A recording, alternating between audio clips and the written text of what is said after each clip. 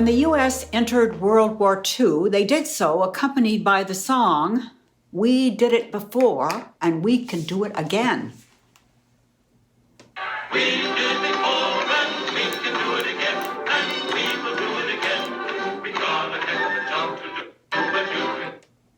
So there's a children's cartoon of the song that shows uniformed little mice marching past a machine that outfits them with hard hats. And it's a hard job to do, but you can bet we're going to see it through. This cartoon and song, we're asking people to remember a previous success, the effort and the victory the U.S. had a generation ago in World War I. Welcome to the Art of Grieving Pandemic Edition. I'm Dr. Sheila Collins. I want to talk with you about what gets us through tough times. So when times get tough, remembering prior achievements and victories is a great resilience strategy.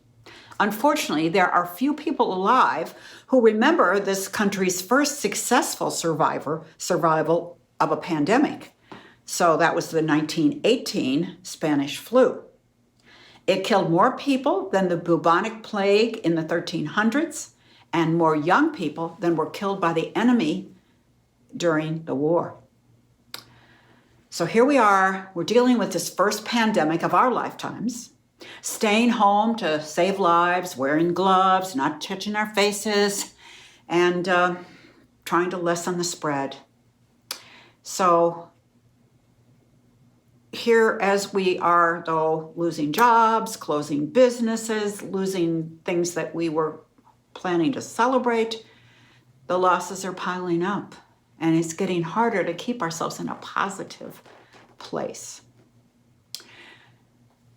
Well, truth be told, this is not my first pandemic. I was the mother of a gay man in the 1990s when a disease, HIV/AIDS, was becoming a world pandemic. And in the United States, it was running rampant among gay men. In other places like Africa, it was taking out women and men of childbearing age.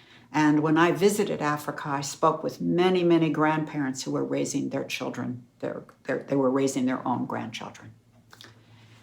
So in 1993, coming up on the Christmas holidays, my 27-year-old son, Ken, had a stubborn cough. He was busy working as a concierge and didn't have time, but at my insistence, he did go to the doctor's.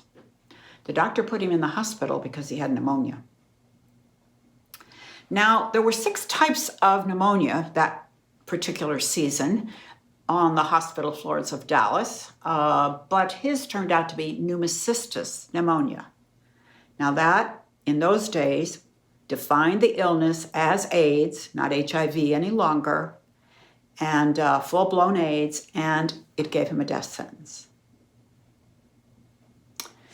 So Ken's approach, after his initial grief reaction of shock and depression, was his own version of the attitude, when things get tough, the tough get going. He kept his hope strong that the doctors would find a cure, and he reminded them of that fact in every visit he had. He would say, "Okay, now my job is to take really good care of myself, so I'm going to be around when you find that cure. How are you doing?"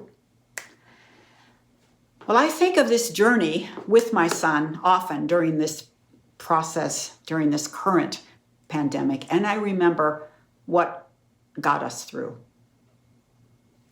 Now, if you have, or someone you know closely has had a life-threatening disease, and you've gone through the process of handling that, you will recognize some of the things that I think got us through. First of all, you have to accept the reality as soon as possible. I had to let go of my anger at the CDC that they had ignored AIDS for too long. They hadn't acted as soon as they should have, which would have saved my son's life.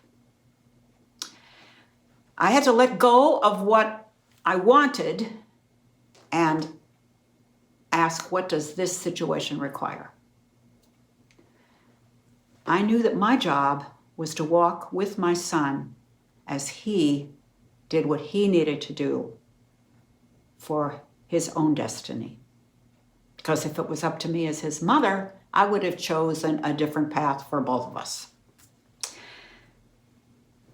The third thing we have to do is don't look too far down the road into the future.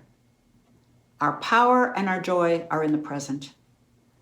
So the fact that Ken and our family put ourselves into what was possible has left me with many wonderful memories.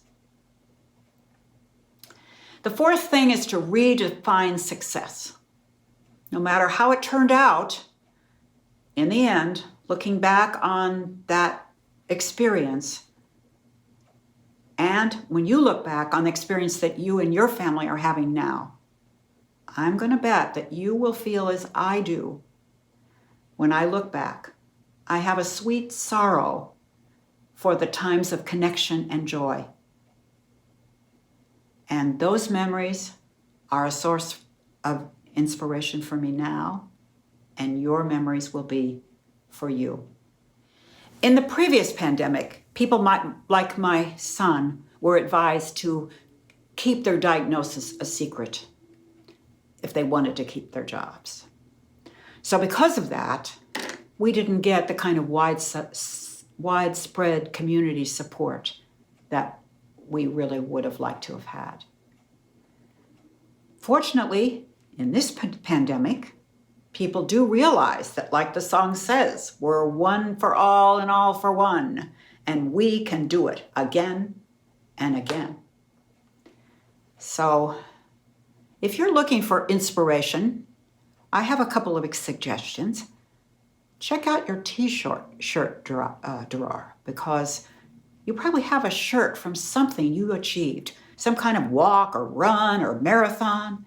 Look at your trophy wall or your medals that you accomplished. See, you know about tough. You know about tough. So, till next time.